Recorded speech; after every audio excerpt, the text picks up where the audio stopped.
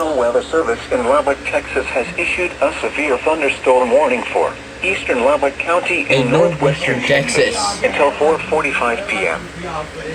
At 4:16 p.m., a severe thunderstorm was located over Idlew, or 12 miles northeast of Lubbock, moving south at 10 miles per hour.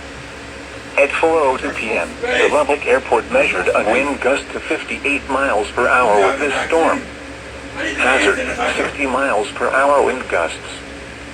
Source, West Texas Mesonet.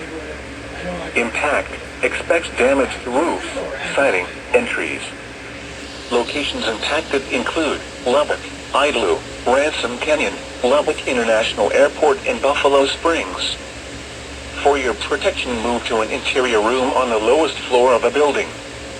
Heavy rainfall is occurring with this storm, and may lead to flash flooding.